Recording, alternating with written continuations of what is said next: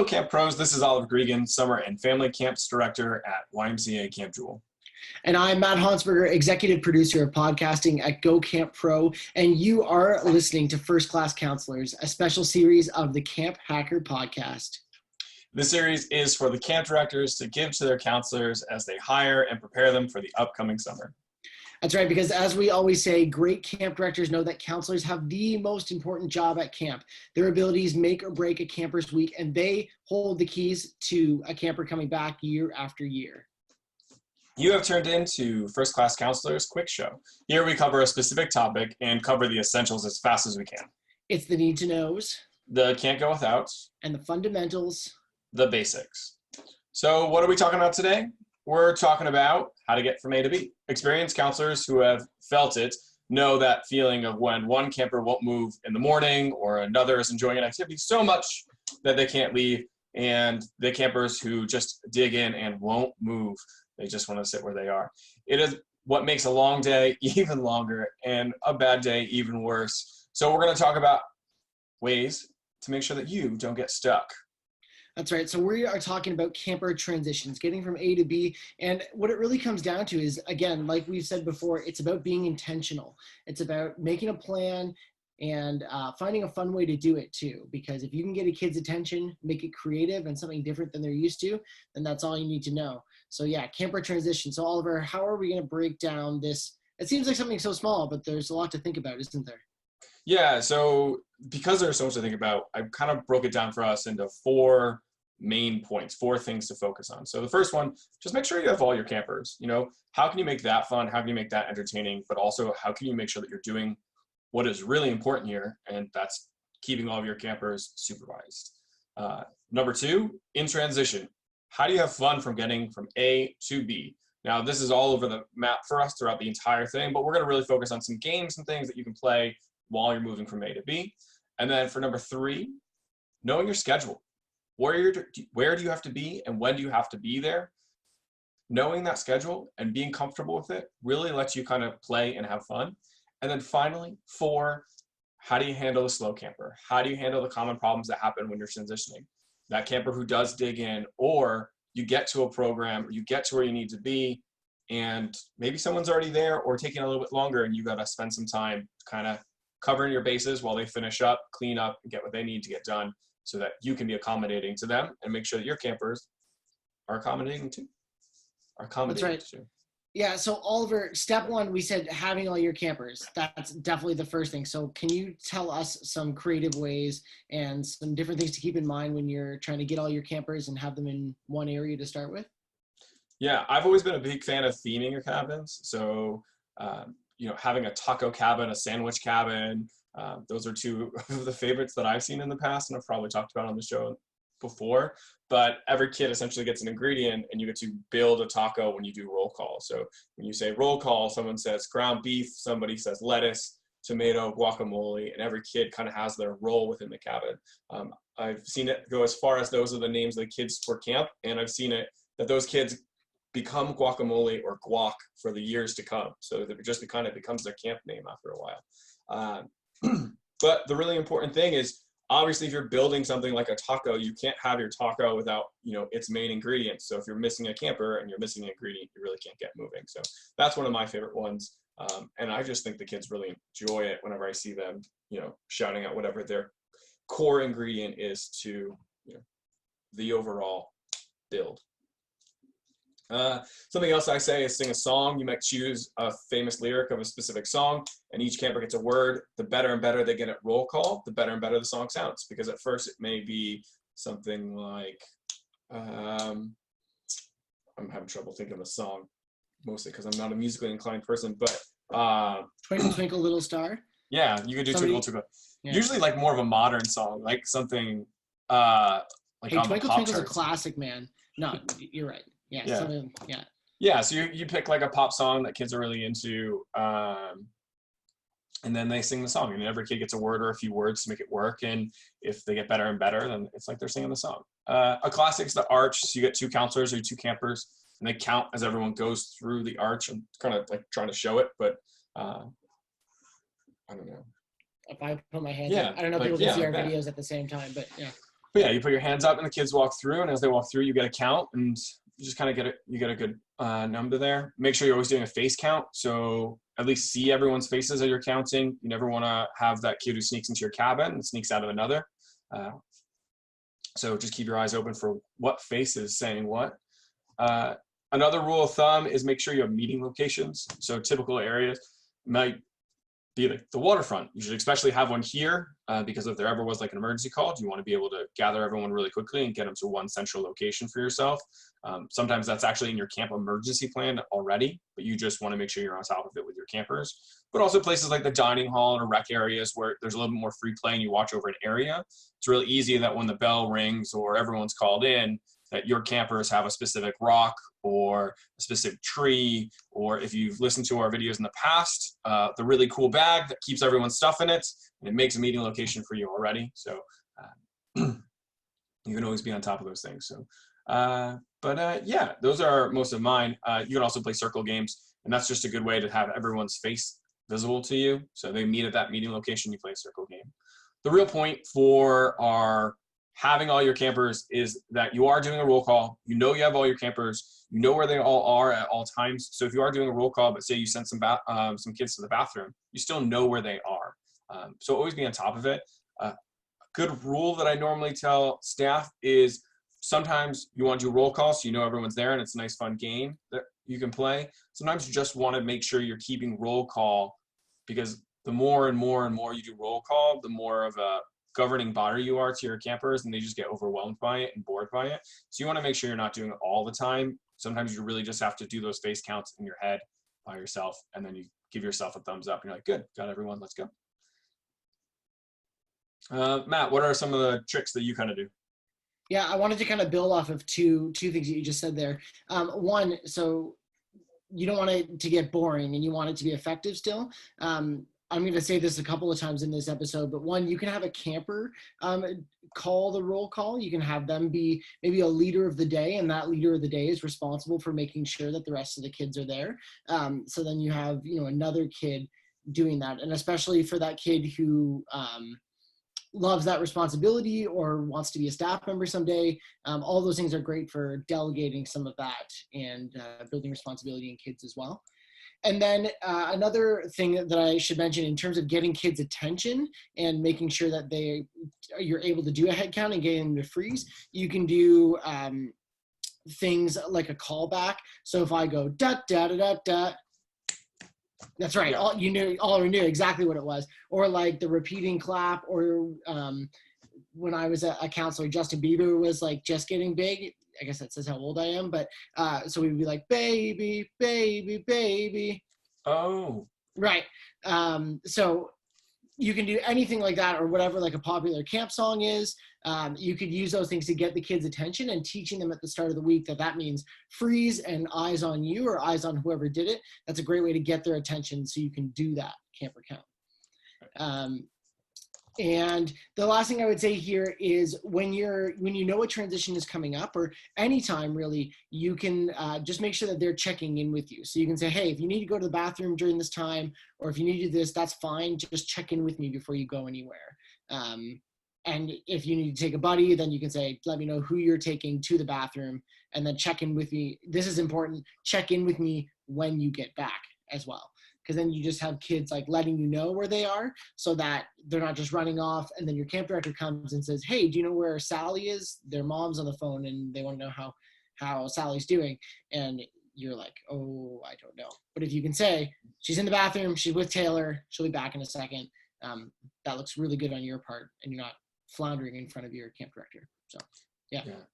Yeah, I remember a counselor who would always show off. They did the classic sticky fly paper, but they got their cabin to learn it really, really well. So they could be down at a rec area or something where it's, everyone's kind of playing basketball or gaga or wiffle ball, like soccer, whatever it might be.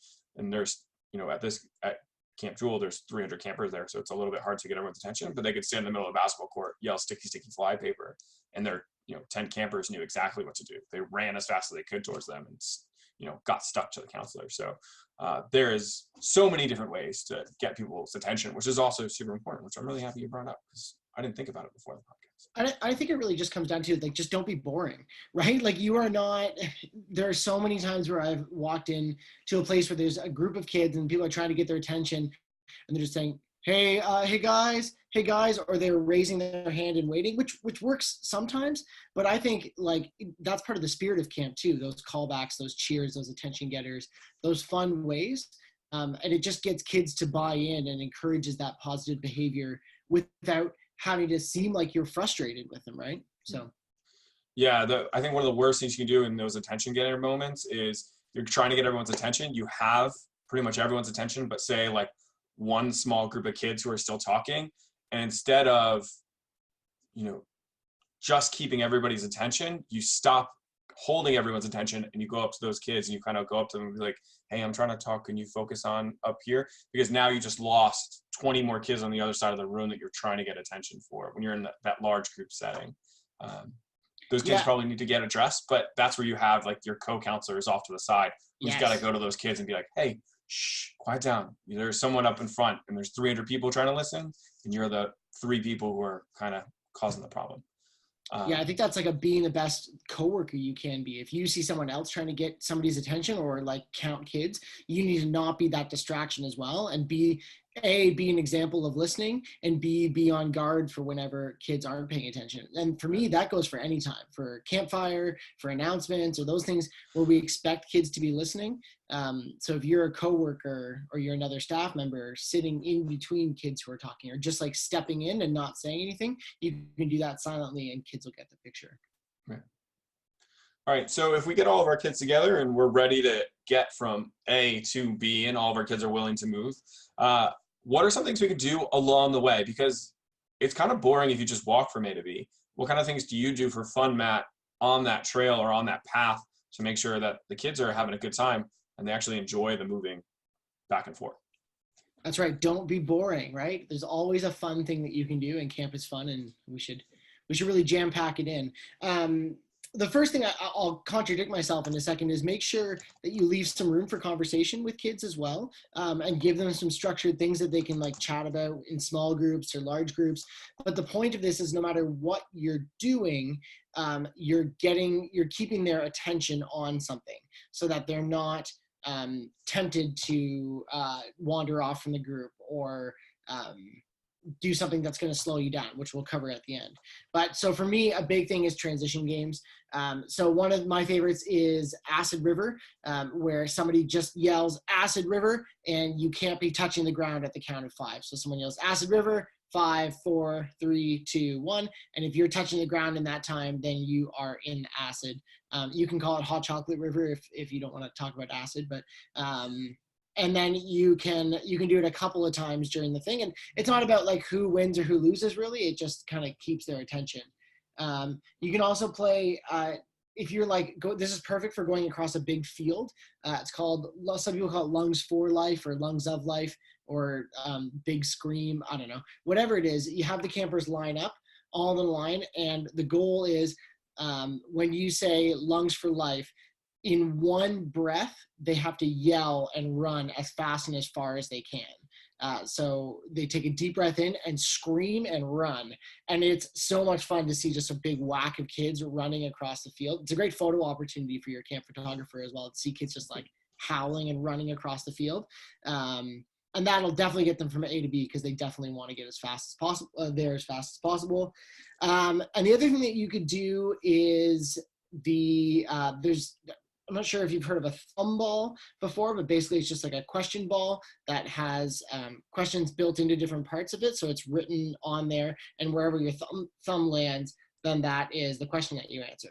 And you can buy them. A lot of the adventure or like processing tools places will have these, but you can also just make your own by getting like a Walmart, one of those plastic balls, and just writing questions on it. And then they can pass them back and forth with the cabin as they go. So basically it's just keeping their attention and promoting conversation as well.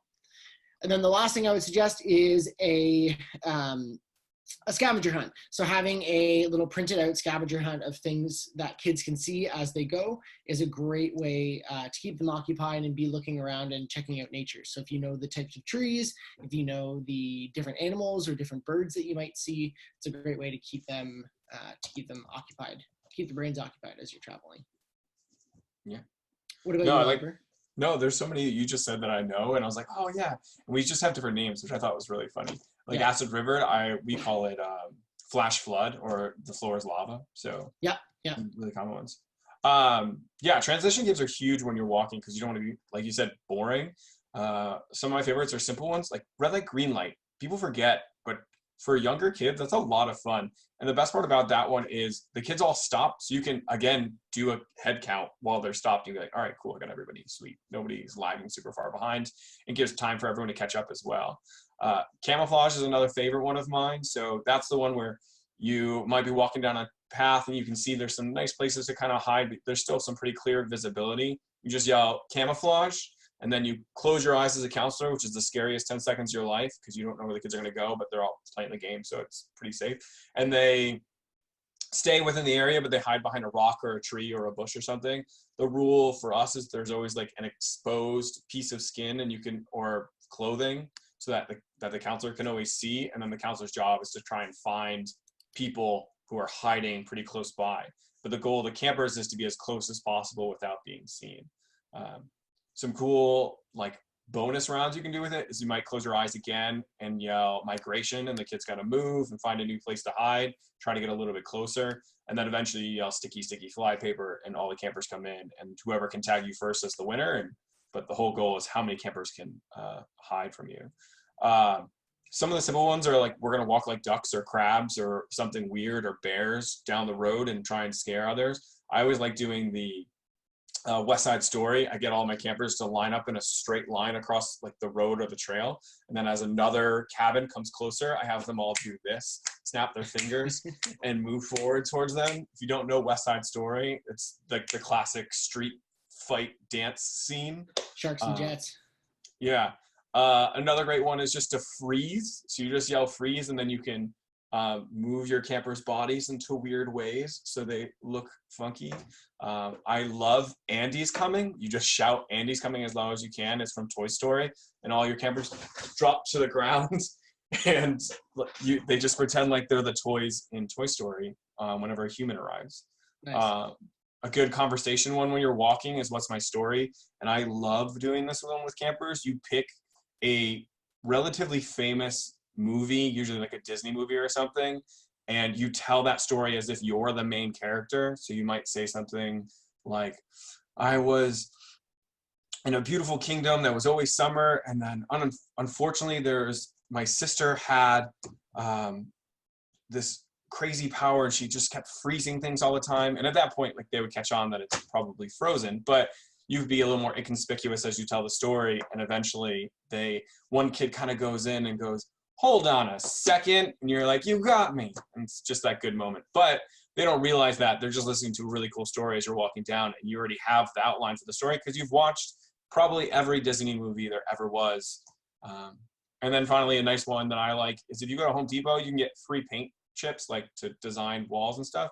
Grab a bunch of those and then give those to your campers. And as you guys walk down, if they see a color they think might match one of the paint chips you have. And that means they're moving towards a location because they're trying to find like different colors. You're not going to find all the colors in one spot. You got to move to find stuff.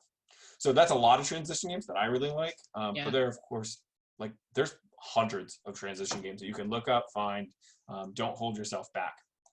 But if we're going to move on, the next really important thing is you got to know your schedule, right? You need to know where you got to be, when you got to be there, because there's somebody who's going to be like, where is cabin such and such, because it is time for swim. So you got to know that schedule, and it really helps with your transitions. So Matt, what are some things that you know come from the power of knowing your schedule?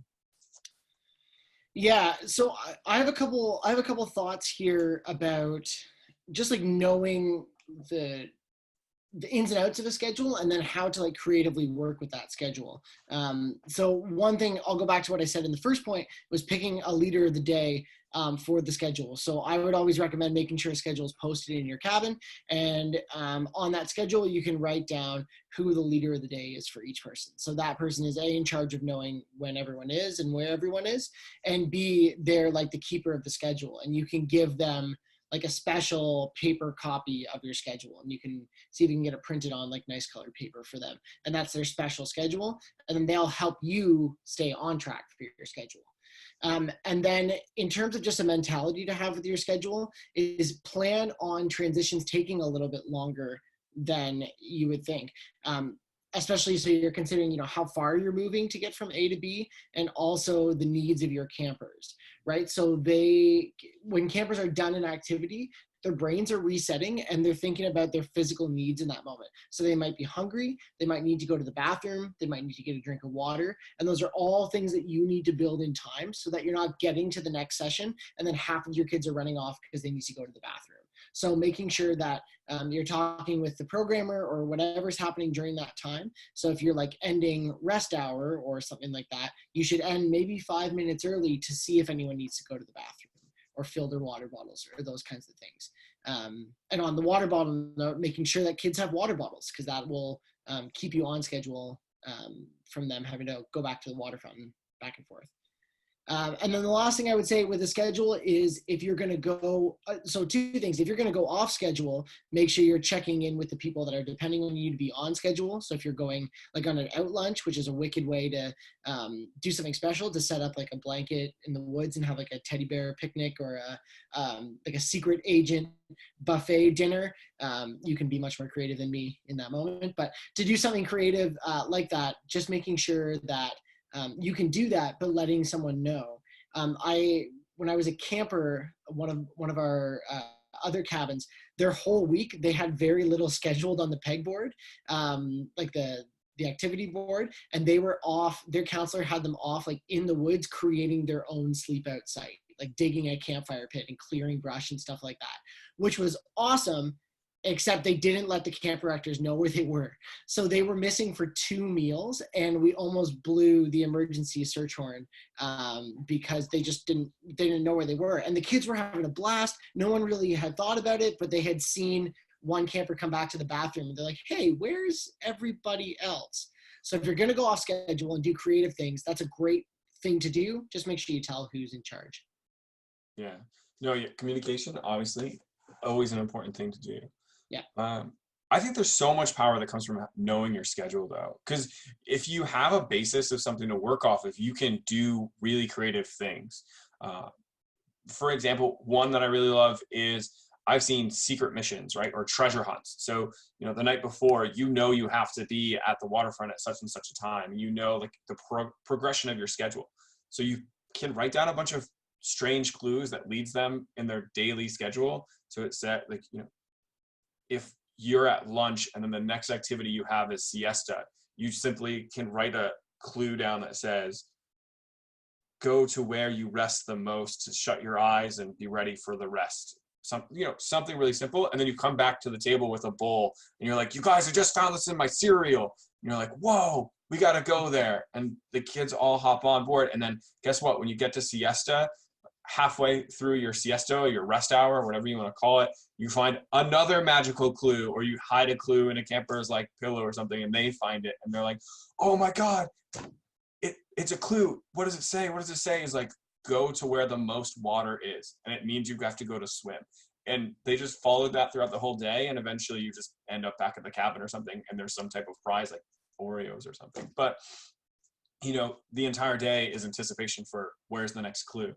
So much so that you get to activities, maybe it gets a little overboard and they're looking for clues instead of doing the activity, but at least they're having a good time sometimes. Make sure you have a written version of your schedule so you know where you are all the time. That was a quick transition by me.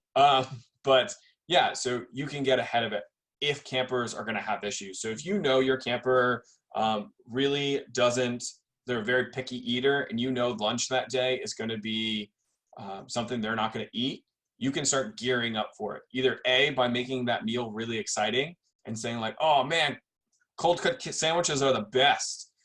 Let's think of all the creative things we can put on our sandwiches today. Or B, you can go up to that camper and be like, hey, look, I know it's cold cuts today. You're not a big fan of sandwiches. What's something that we can do for you at lunch today so I can have you eating at the same time as everybody else? And that keeps your schedule rolling. Try to make sure that, there's something special every single day. You want to make sure that your campers are going to be excited, something that they can do around camp. One really cool idea is writing letters of caring. So you write down thank you to the kitchen staff or thank you to the lifeguards at the waterfront, whatever it might be, so that you can go and give them these notes that A, your campers are excited to give them because it's a positive thing. B, it's also just a positive thing. So you're making the rest of camp a lot happier because of your work. And then really another important one is make sure that you're not taking on the entire responsibility of moving your cabin by yourself.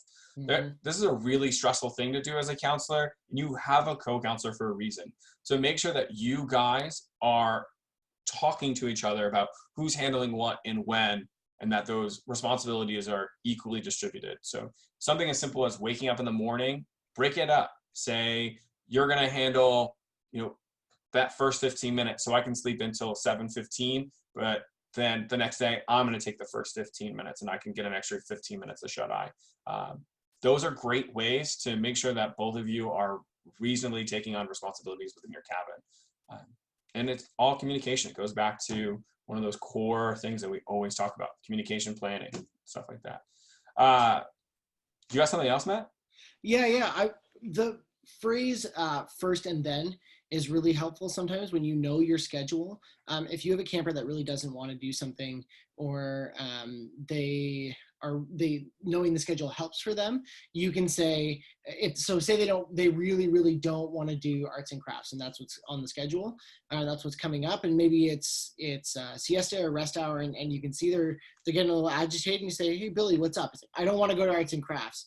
Well, you can look at the schedule and you can say, okay, well, first we're going to go to arts and crafts, and then it's swim time. And I know you love swimming. So we'll go to arts and crafts first and then go swimming. And that is a huge way to get a kid just refocused and get them going. So first and then. All right. So let's say we get to that point where we have done a lot of things to make sure transitions are going well, but we have 8 campers or 10 campers in the cabin. Someone's going to have a bad day. They're not going to move. They don't want to go to the next activity, whatever it might be.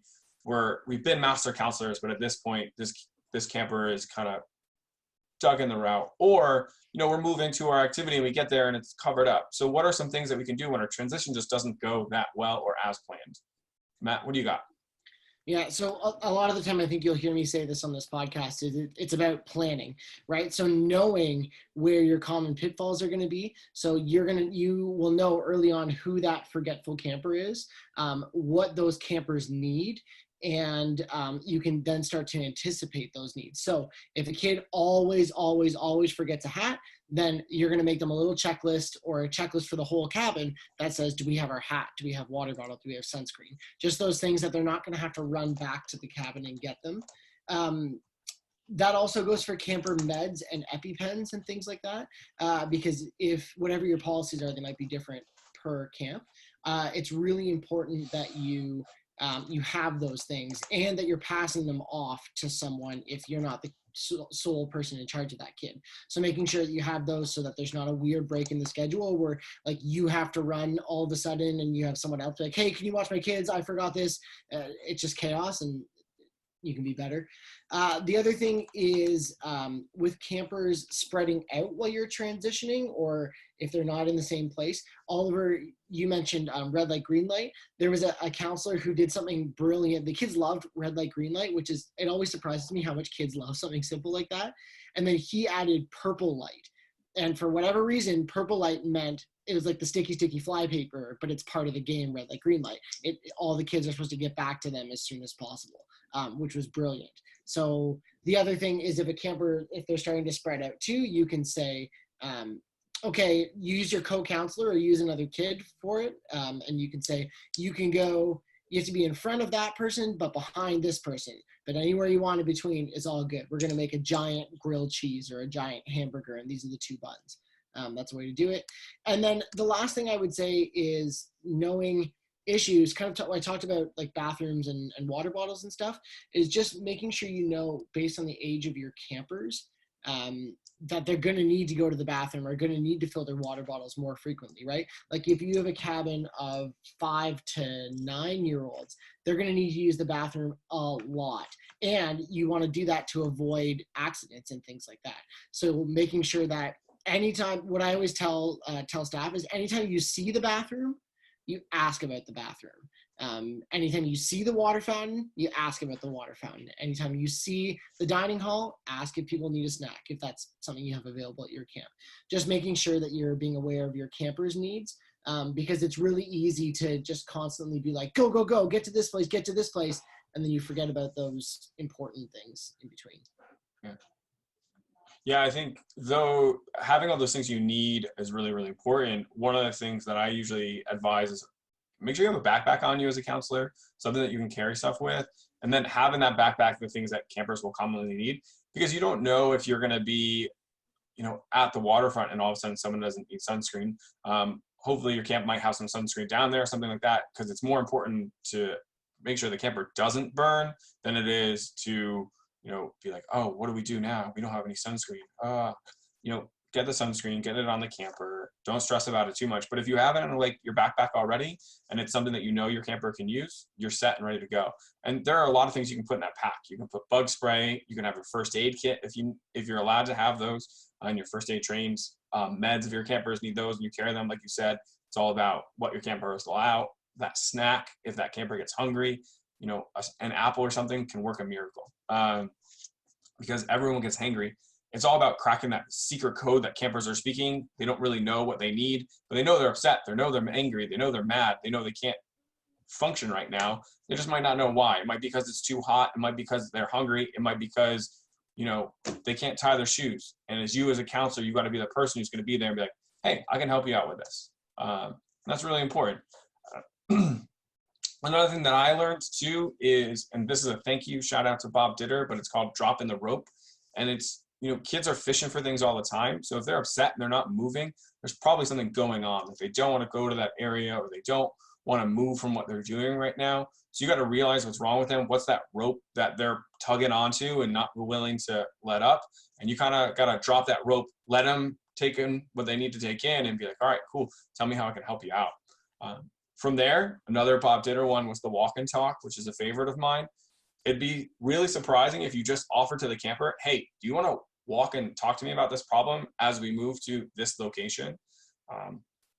I've used bribery in the past. I'm not going to say I'm below it, but saying, hey, if you can move to this location, that would really help our cabin out. And if you do that, then I'll let you sit over there and you can relax. So you kind of give them some options. It's a negotiation. You need to know what you're willing to give up and what you can give up. You're not going to promise that kid like an ice cream social just for themselves. But you can get them moving by saying something as simple as like, you don't have to do the next activity. It's your choice. This is challenge by choice. If you want to relax on the sideline in the shade, that's okay with me. But right now, if you want to hold everything up, we're not going to be able to get moving and get to do those kind of things in the future. And I think you said it really well that, first this, then this is a really good way to kind of negotiate with campers and get them to understand, oh, I can move. And it's really important. Sometimes your campers do dig in. I've 100% had those situations where the camper is just not willing to move. And no matter what you say or do, it's not increasing anything. They're just digging deeper and trying to, stay right there. And at a certain point, I think it's best sit and wait. You don't have to talk. You don't have to say that special thing. You don't need to be a miracle counselor who knows exactly what to do. Sometimes people just need time, and it happens with adults. I think it also happens with kids. Sometimes you just got to be there or close by and let them kind of do what they need to do. As long as they're being safe, they're not running off, they're not going to hurt somebody else. It's okay. Just wait a little bit. Make sure coverage is settled for the rest of the kids in your cabin. If that's your co-counselor taking them away, or you ask another cabin to say like, hey, can you take my cabin over here? We're going in the same direction. Can you at least get them moving? I got to be with this camper right now. I'll get my coordinator, my leadership staff member over here, whoever I need to help out with this situation. But right now we're just going to let him relax. So really important to realize.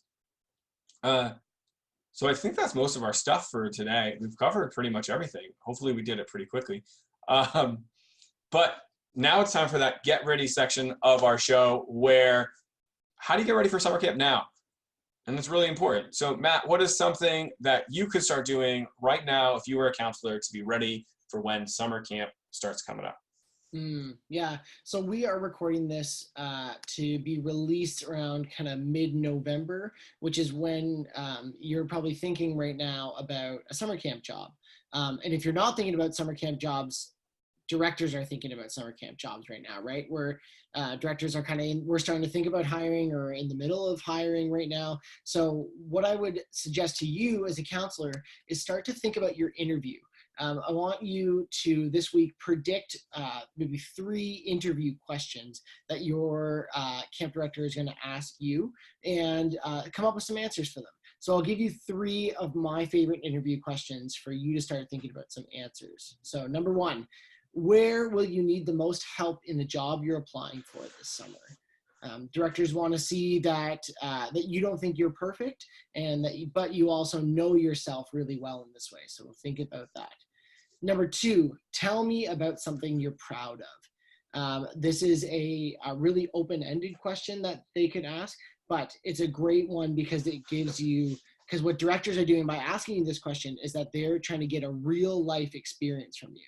So think of something in your life that you are proud of, and do not make something up, because if you get caught fibbing on this one, then that's kind of kiss that camp job goodbye. But think about something that you're really proud of that shows off some of the skills and the characteristics that they are looking for in that job. So if you are applying maybe to be a program coordinator, or maybe a program director, or even a camp counselor, just a general camp counselor, think about a time maybe where you were really proud of the responsibility that you took. And if it involves kids, that's a great one as well. So tell me about something you're proud of. And the third one is, why do you want to work at camp? That is like the go-to first question that a lot of people will ask. And in your answer, you better say something about kids. I can't tell you how many interviews I've done where the first person, they're like, oh, it's just, a good summer job, and I'm excited to have fun and see my friends from last summer. Nope. If you are like applying for a job with many camp staff, so if I had 100 people apply for 50 jobs, if you don't mention kids in that very first question, then that's going to put up a red flag and move your resume down the stack, because you are here for the kids. That is your 100% job. And if you're only going back to camp because you want to hang out with your friends, maybe that's not the right reason to go back, and maybe you need to kind of reevaluate that. So yeah, really maybe even think about that before you're thinking about applying to camp. But those are 3 questions that you can think of now to get ready for your interview. Yeah, and that's super helpful information. The entire time you were going over those questions, like, yep, those are the same things I ask, or I'm going to ask something around that area. And, the answers to those questions are, in some cases, the most important answers and are make it break it for a lot of job applications out there. So yeah, and keep your eyes open. And you're brainstorming too, right? You're being intentional about thinking about what you want to do this summer too. And I think that'll give you some clarity on, is this the right job that right job within camp that I'm applying for? So yeah. Yeah, no, super. Yeah, for me, mine's really easy because I know I always talk about technology, or at least I'm not a huge fan of technology myself, especially in the camping area. But something that is really important is we do live in a technological world, and camps are always looking to have a positive reflection of themselves in that world. So something really easy you can do is just go online, find camp's social media, whether it's on Instagram, Facebook, Google is a really big one, and just hit the like button. Give them 5 stars or whatever you think they deserve, and post a comment below, and let your camp know that there is somebody out there who thinks they're doing a really good job. It helps boost those scores. And the last few weeks for me have been a lot about Google Analytics and like YouTube views, and how if you get better ratings, your score goes up and you're more likely to go up the charts on whatever people are searching. So those algorithms are really important, and it helps a lot to have good likes. So you as a counselor who hopefully have had a positive review of the camp you work at can do a helpful thing and go onto your camp's medias and just say, hey, it's a good camp, you should go here. First of all, I love that you said medias. I think that's a good one. And The YouTubes, go on to the YouTubes. And I was also going to say, that's pretty gutsy if you like leave a 2-star review and they're like, I would also like a job here. Like, well, okay. All right. Yeah. Maybe there's something there that you should be sharing your opinion about. Yeah, right. There's something that you didn't put in your end of the summer review that probably should have been in there at that point. Yeah. Yeah. But no, it's crazy. It's so important to have a good review on those websites, or no campers show up. And if no campers show up, camps don't need to hire as much staff. So, it is a little bit of a defense of your job, but also, if you really love a place, what does it take to do 5 minutes to make sure you hit them up on the medias? And the medias. What do you call it? So the internet, I guess. I don't know, but I think we should get like the medias hashtag going. Get ready for the meet. I think, can I jump in? I know we're definitely not at the 25-minute mark, but that's okay. If you're still tuning in at this point, God bless you. But the other thing I would say about the medias is that make sure that your medias at this point are pretty squeaky clean, because camp directors are going to be looking at your social media, and beyond the reason that you just want to get a job, you should really think about what kind of person, how you're displaying yourself online. And what I say to camp staff all the time is that if you are talking positively about camp in any of your social media channels, then you are a representative of camp. If there's any indication online that you've worked at your camp, and then you're also posting stuff that's either illegal or inappropriate or not quite becoming of someone who works with children and takes care of them, then I don't know. For me, if I saw that on social media, I tell our staff and I say, hey, you're representing this camp, you're representing our camp, and this is not a good representation. So you need to clean this up or lock it down and not having yourself associated with that stuff, because there's nothing worse than seeing a camp counselor have their camp shirt on while they're drinking a beer or something like that. So really, really lock down that social media and make sure that you're being the person and representing your camp the best that you can as well. It's a huge pet peeve of mine. So thanks for letting me go on my rant.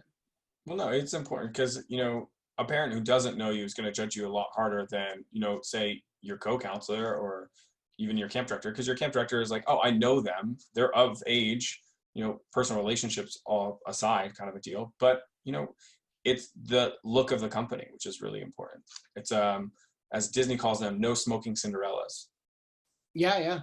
Well, I think that goes, man, we should do a whole episode on like representing your camp well, but right, like wearing your camp t-shirt in the community.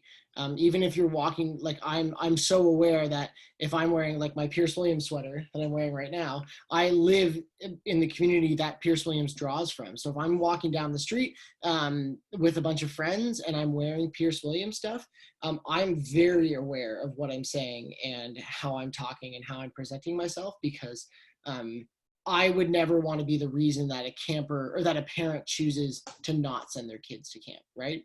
So, yeah. All right.